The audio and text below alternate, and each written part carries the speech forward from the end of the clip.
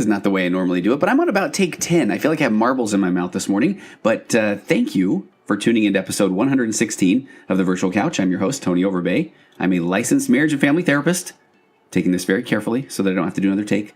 Certified mindful habit coach, writer, speaker, husband, father of four, ultramarathon runner, and creator of The Path Back. Here's where the marbles came into play. An online pornography addiction recovery program that is helping people reclaim their lives from pornography addiction. If you or anyone that you know is struggling with pornography addiction or any type of compulsive sexual behavior, please point them to pathbackrecovery.com. There you can download a short ebook that describes 5 common mistakes that people make when trying to overcome pornography addiction. Again, that is pathbackrecovery.com. And it is continuing to grow and continuing to help people who apparently had a stigma around hey, I don't have a problem. I don't have a pornography addiction, and that's fine. If just please test the Path Back theory out. Go to pathbackrecovery.com and just find a way to put it behind you once and for all. If it's if this was the last time, 100 different times, then there really are ways, like the Path Back, that you can put it behind you once and for all. So again, pathbackrecovery.com. So today I read an article back in December, and I never got to it, and it was about 4 attachment styles.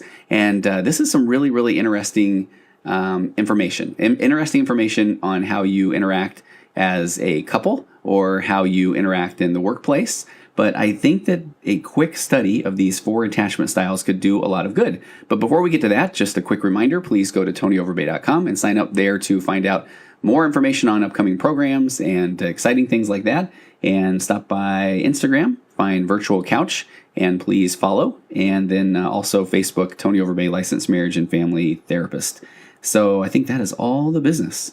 And before I start today, then let me get on to, well, actually, a lot of nice feedback on change. I'm on week 2 at my new office, and I had mentioned that a little bit in one of the episodes last week, and just a lot of nice feedback. So I appreciate that. Change is good. I do want to do an episode on the data behind change because there truly are. There are new people in the office, there are new sounds and smells, and there are new streets to drive and new restaurants, and just change is good. You're not running away from problems, but you are now using that new data to kind of hopefully elicit some new behaviors. And change is an opportunity to change your own behavior and your own view and reaction to the things that you come into contact with. So change is good. And I think that I also had mentioned in a previous podcast that I was trying to figure out the thermostat and turn it off so that I wouldn't have the air in the background. But I found out that this is kind of exciting. There's white noise being pumped into the building that I'm at because there are some people here, divorce attorneys, as a matter of fact, that I thought this was really interesting. So they are as equally aware as I am of when I have high conflict couples and how they may tend to get a little bit boisterous. And so white noise can often help shield those boisterous expressions from those in the waiting room. So if you hear that in the background, I don't think that maybe you would hear that, but just pretend it's the air conditioning then. We'll go with that. All right, let's get to the 4 attachment styles. So where does this come from? I love talking about attachment. There's the concept in emotionally focused therapy, the couples therapy that I love, about secure attachment. And then as you seek to secure your attachment with your partner, then a lot of the bumps along the way seem more or less insignificant, or you now have a way to deal with those bumps that come along the way, bumps in conversation or parenting styles, that sort of thing. You have a way to communicate about them. But the reason why we have those bumps is because we are often trying to test that attachment or that bond with our partner. And when that bond doesn't feel very secure, that's when we jump into one of these, as they call them in emotionally focused therapy, the protest polka, the fight and flee, the blame the bad guy, the pursue and withdrawal, all of these different dances that we find ourselves in. Those are all, in a sense, just these concepts where we try to put ourselves out there, put our hearts out there, and then when our partner doesn't respond in a securely attached way, a productive way, then that's why I always say then people go back into their bunkers and they start firing shots because all they desperately want is this attachment to their partner, and they don't often know how to get it. And a lot of that can stem to having different attachment styles. So before I jump on these 4 attachment styles, let me go really, really quickly over to who many people feel is the father of attachment theory, and that is a guy named John Bowlby. And he lived from 1907 to 1990, and he was a psychoanalyst, kind of like Freud, and he believed that mental health and behavioral problems could be attributed to early childhood. And so what his theory of attachment, which was pretty revolutionary at the time, suggested that children come into the world biologically pre-programmed to form attachments with others because this will help them survive. And I know it sounds kind of interesting to say, hey, that was a revolutionary concept, but look back in the 20s, 30s, that sort of time frame, and psychotherapy in general was still just brand new, and people just kind of figured that we just did things because we did things, and there wasn't a lot of study behind why we did these things. And apparently, Bowlby really liked this concept, this study of imprinting that was done by a guy named Lorenz back in 1935, and Lorenz showed that attachment was built in, it was innate, and his study was done with young ducklings. So therefore, that imprinting or attachment had a survival value. So then Bowlby believed that attachment behaviors are instinctive and that they would be activated by all sorts of conditions that seem to threaten the achievement of proximity, such as separation from an attachment partner or insecurity or fear, that sort of thing. And Bowlby then went on to talk also about things like fear of strangers was an important survival mechanism that was kind of built in by nature, and that babies were born with this tendency to display certain built-in innate behaviors, which he called social releasers.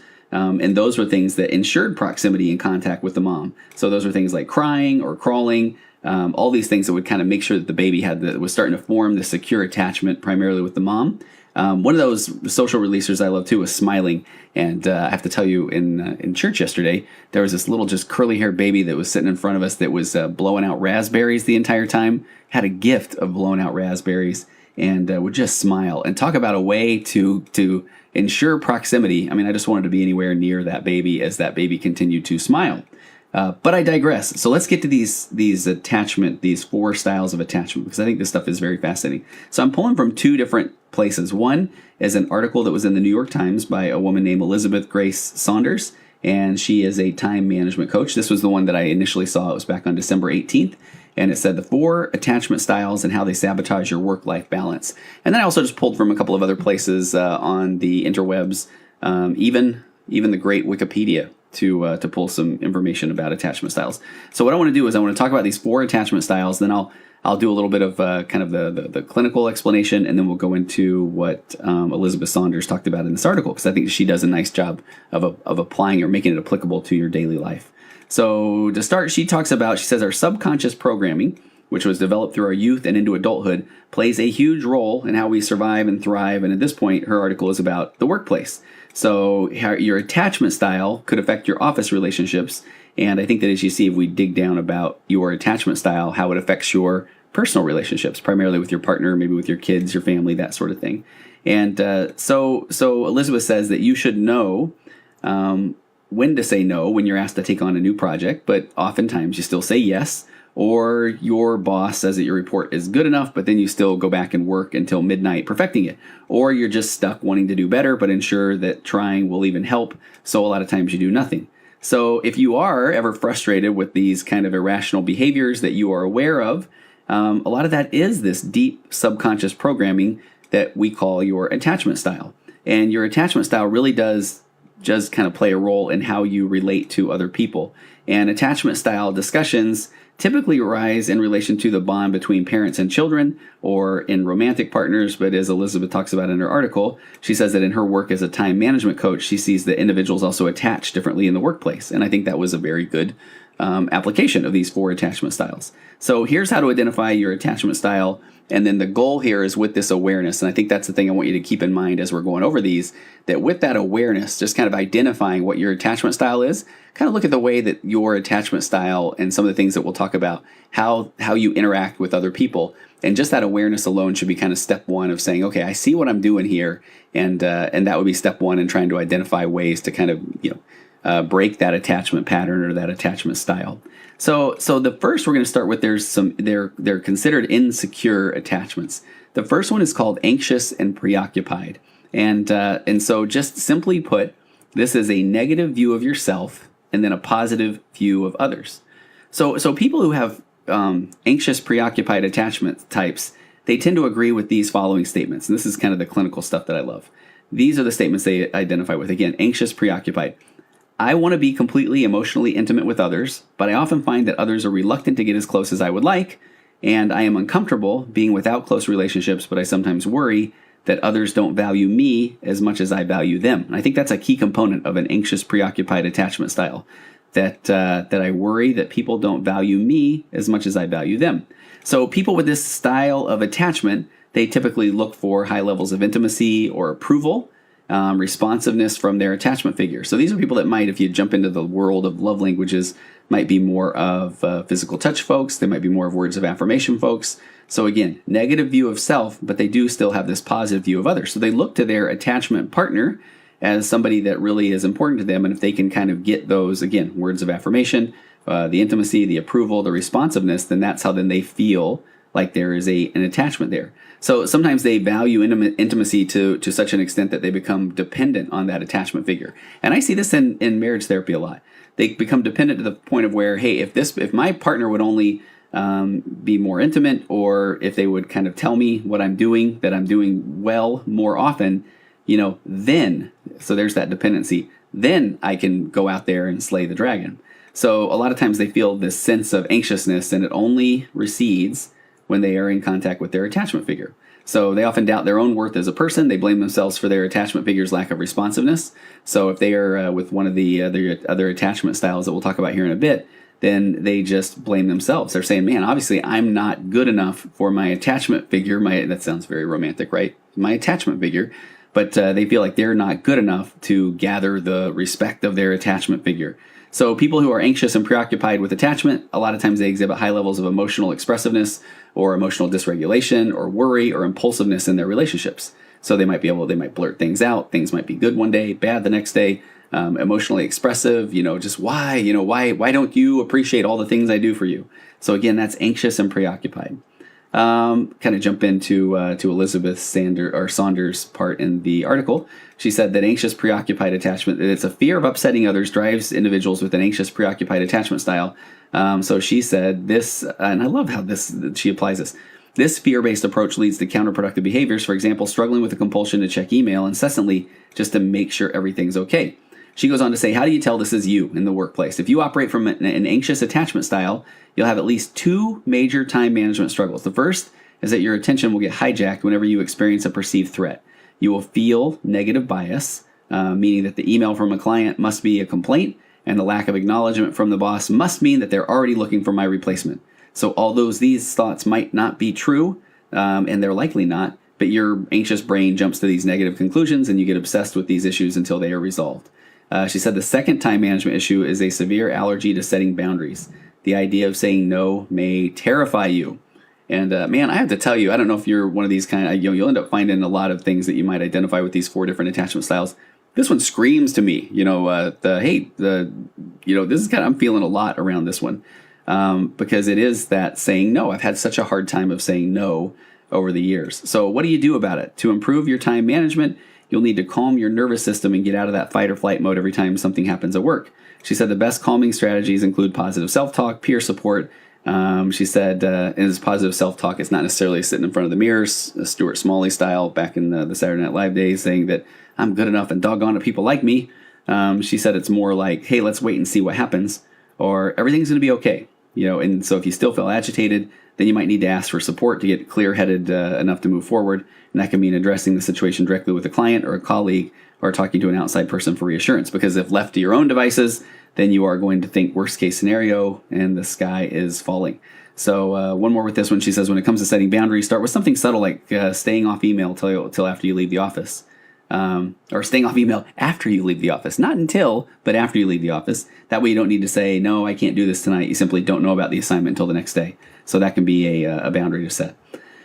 Okay, that was attachment style number 1. Number 2, dismissive and avoidant. So here's the quick breakdown of that one. Dismissive and avoidant is a positive view of self and a negative view of others. So people with a dismissive style of avoidant attachment tend to agree with these statements. I am comfortable without close emotional relationships, or it is important to me to feel independent and self-sufficient, and I prefer not to depend on others or have others depend on me.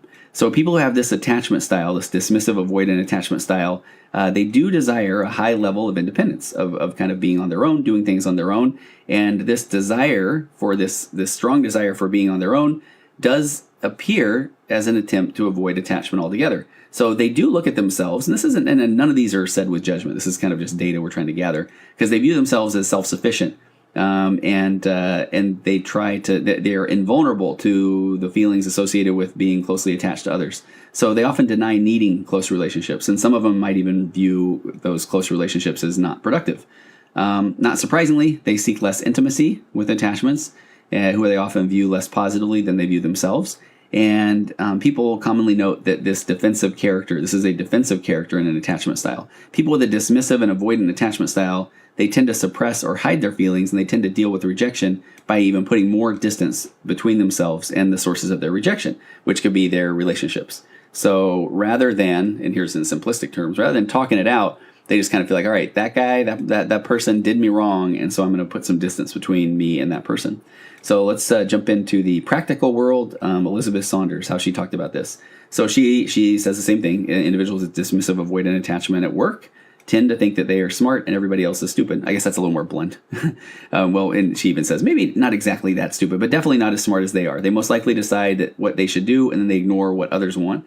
And this often leads to conflict or mistrust. And she says that this mistrust can lead to others attempting to micromanage and monitor them, which just makes them more annoyed and more likely to dismiss input. So then we get in this kind of this pattern or this battle. So she said, how do you tell this is you in the workplace? For those around you, your biggest time management issue is most likely that you miss deadlines and you don't do the work that they consider most important. There's the key, that they consider. From your perspective, the biggest time management issue tends to be working late. Long hours typically arise when you get fixated on doing a project really well, your way. Or they can happen because you want to work on what you consider to be important first.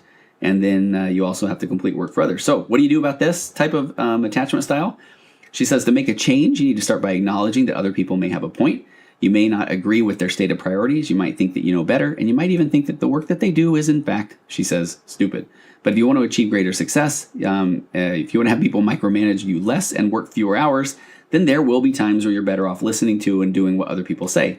So she says to make this shift, you might need to consciously work on your emotional intelligence, including recognizing that an idea different from yours is not necessarily wrong, and that there is value in working harmoniously with others. And I do feel like this is a struggle. Again, if I pull this back into the marriage relationship, there might be a better way to load a dishwasher. And man, I'm telling you, I can't even imagine how many people right now just said, wait, he's talking about me. Because I get that argument all the time, that a spouse, we'll just say the wife in this point, says, I really could use your help if you could just load the dishwasher. Guy will say, fine, you bet, I'll do it. But when I do it, you redo it because, you say that I don't do it right. And then sometimes she'll say, well, I mean, you really don't, because you need to put things here, here, and here. And so that's one of those where maybe it is okay to kind of let the dishwasher be loaded a different way. And if your goal then is that you need help and that you are kind of putting that out there as this emotional bid saying, I need help, and allowing your husband to do it a little bit differently, or husbands, my goodness, we're the worst at this though, of saying that, hey, here's the way that we need things done. And our spouse, our wife might be just juggling kids, maybe even literally, which would be impressive. But just a lot of things. And then she gets to something and it might not be exactly how we want it done. And then we say some negative or dismissive thing, which is not productive. Okay, we got 2 more to go. Here we go. Fearful and avoidant. So a fearful and avoidant attachment style. This means unstable, fluctuating, or confused view of self and view of others. So fearful and avoidant means this unstable, confused view of self and others. People often who have losses or trauma, a lot of times things like sexual abuse in your childhood or adolescence can develop this type of attachment. They tend to agree with the following statements. I am somewhat uncomfortable getting close to others. I want emotional close relationships, but I find it difficult to completely trust others or to depend on them. And that's a key one. I sometimes worry that I will be hurt if I allow myself to become too close to other people. So they often feel uncomfortable with emotional closeness and the mixed feelings that are combined with sometimes unconscious negative views about themselves and their attachments. So oftentimes fearful avoidant attachment style, these are the folks that they feel themselves as almost unworthy of responsiveness from their attachments. They don't trust the intention. They think that people are being manipulative. And a lot of, because, some of that trauma as a child were people that were manipulative and manipulating them in very, very harmful ways. So similar to dismissive and avoidant attachment styles, people with fearful avoidant attachment style will seek less intimacy. They will look for less from their attachments, and they will frequently then suppress or deny their feelings and just kind of stuff things down inside. So because of this, they are a lot less comfortable expressing affection.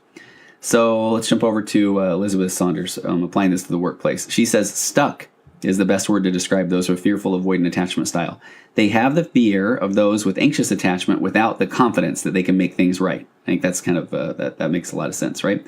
The fear of those with anxious attachment, but without that confidence that they can make things right. So they lack that confidence that you know what, if I just put my head down and do the work, that I can do the work.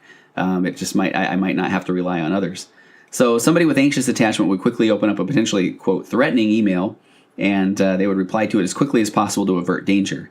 And somebody with fearful avoidant attachment would see the email, they'd freak out about it, and they would never open it. So, and I don't know if I made that clear enough. So somebody with anxious attachment would quickly open it and then just get rid of it, deal with it. Somebody with fearful avoidant attachment would see it, freak out about it, never open it. And this is the part where you can have little bits and pieces of all of these different attachment styles, as I often have a giant stack of mail that I will get to later. Never reading the email creates a compounding, paralyzing dread. There's the problem. They fear bad outcomes so strongly that they never discover if the email from a client was simply an FYI or if it was a full-out tirade. They don't trust themselves or the system, so there's this undercurrent of why even try in their day-to-day work. Elizabeth says, how to tell if this is you. You tend to spend most of your time in this state of being overwhelmed because you fear everything and feel very little power in doing anything about your fears, much less the work that is also beginning to pile up. So this can lead to you trying to avoid it all and often escape, get lost in social media. There's a big key. Try organizing and reorganizing your desk or perpetually thinking about how to explain why your work isn't done. So what do you do about it? If you fall into this pattern, she says that you will need a two-pronged strategy. The first involves reducing your fear response. Try some of the calming strategies that people who have anxious attachment styles, such as positive self-talk or support from colleagues and friends. And I'm always a big fan of throwing up a nice plug for a nice little mindfulness, nice little meditation here. Get outside of your head, focus on something, a little breathing exercise, go for a walk around the office, walk outside, get some fresh air. But then you'll need to take gentle action, and I love that she says gentle action because that is key. Not an all or nothing, not a black or white kind of action, but gentle action to get your work done. Set some goals for yourself. It might start with opening one email a day that scares you, or working just 15 minutes on a project that you've avoided for weeks or longer. And this, I testify to this one. Small bits of progress where you realize you can do something and it didn't kill you lead to greater success. I put off doing something over the weekend, I won't even say, but some online things to do for family. And I get in there and I start working on these things and it ends up taking about 20 minutes and I put this thing off for weeks because I thought, is it going to be impossible? But so just do a little bit. Try to make time to do just even 15 minutes, 10 minutes, 5 minutes on a project. Open one scary email or one letter. Go through your mail, sit down with that stack of that, and just little bits of progress where you realize that it was okay are going to help a lot. So we've left the last, which is the secure attachment. What a secure attachment is a positive view of self and a positive view of others. So this is what we are seeking in our relationships, especially when I'm talking about couples therapy. I often talk about when you secure the attachment, then fill in the blank. All good things happen from a secured attachment. So positive view of self and positive view of others. Securely attached people tend to agree with the following statements. It is relatively easy for me to be emotionally close to others. I am comfortable depending on others and having others depend on me. I don't worry about being alone or others not accepting me. This style of attachment usually results from a history of warm and responsive interactions with their attachments. Securely attached people tend to have positive views of themselves and their attachments, and they also tend to have positive views of their relationships. They typically report greater satisfaction and adjustment in their relationships than people with other attachment styles, and securely attached people feel comfortable both with intimacy and with independence.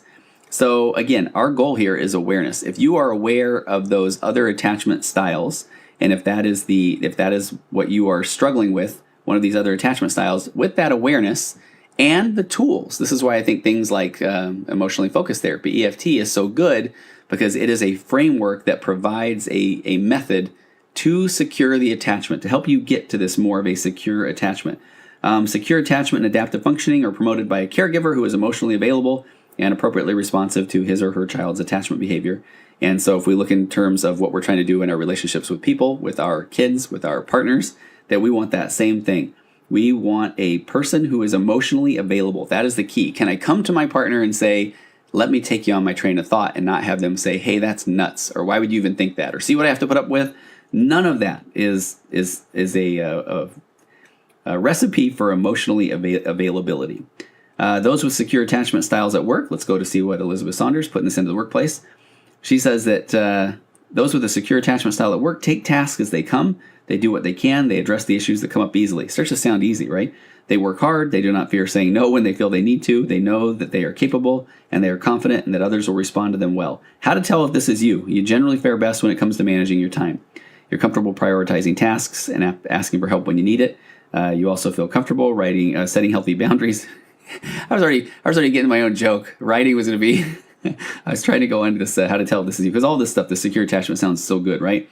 Take two. Here's where I was going to go. I was going to say, let me read that again. You're comfortable prioritizing tasks and asking for help when you need it. You also feel comfortable setting healthy boundaries and pushing back when necessary. And you do not often engage in fear-based behavior. You ride your unicorn to work every day, and you live in a house that is at the end of a rainbow with a giant pot of gold.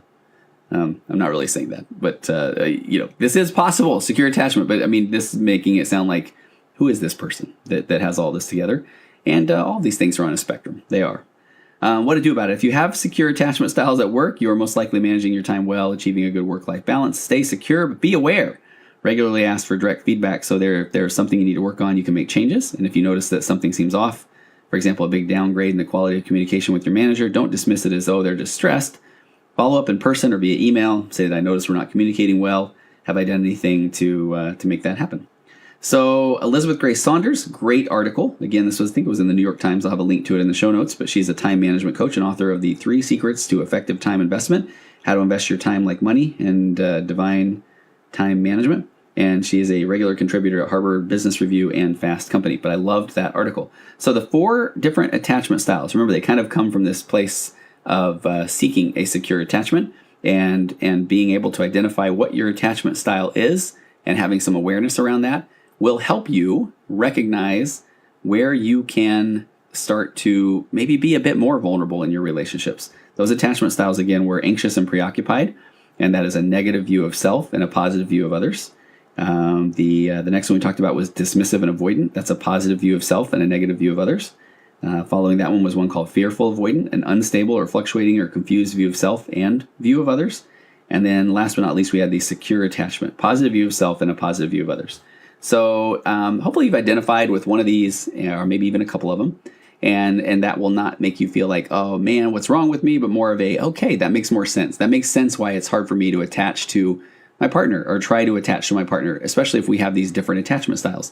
So go over these. You can Google these. You can find there's attachment style, I believe, some quizzes I saw online, and you can determine what is your attachment style. Now, this would be best done in the framework of a emotionally focused therapy, aka EFT kind of dialogue, where you can just say, hey, I'm noticing that this is my attachment style. Check this out, and not have your partner fix or judge that, but then maybe have your partner say, okay, tell me more. And then when you get to the end of that conversation, they talk about their attachment style. And I think just some awareness around that, some gentle awareness around that, could lead to some different behaviors over the next few days or weeks. And then if you find that might be what kind of jumpstarts some new communication. And if you find that that is a struggle, then please do go seek help. All right. Hey, thanks for taking time today to join me on the virtual couch. Hopefully you got a little something out of these 4 attachment styles. And I have a lot of good interviews coming up too. I don't want to count my chickens before they hatch, but gosh, I have 3 coming up this week. Just recording the interviews, and we'll see when we get those out there. But one of them, a return from Dr. Jennifer Finlayson-Fife, and she still just has an incredible following, and the download numbers are pretty much off the charts. But I love everything that she talks about. So we're going to be talking a little bit later this week, and I'll try to get that up as soon as I can. And a whole lot of other good interviews as well. So until next time, I will see you again on the virtual couch. Compressed emotions flying past our heads and out the other end. The pressures of the daily grind, it's wonderful. Elastic waste and rubber ghost are floating past the midnight hour. They push aside the things that matter most. It's wonderful. I have to wonder which ghost is mine. He eats my ponder and somehow takes up all my time. The scream fireflies, they tickle all my fancies until the vomit, it drowns all deep in our dreams.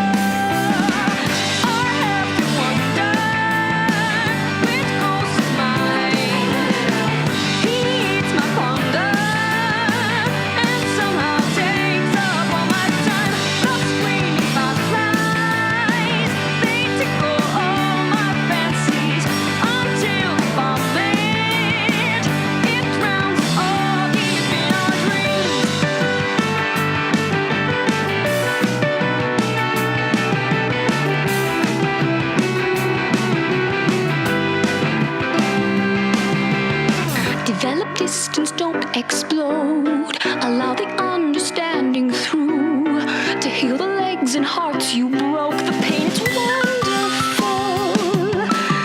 The sheetrock walls just might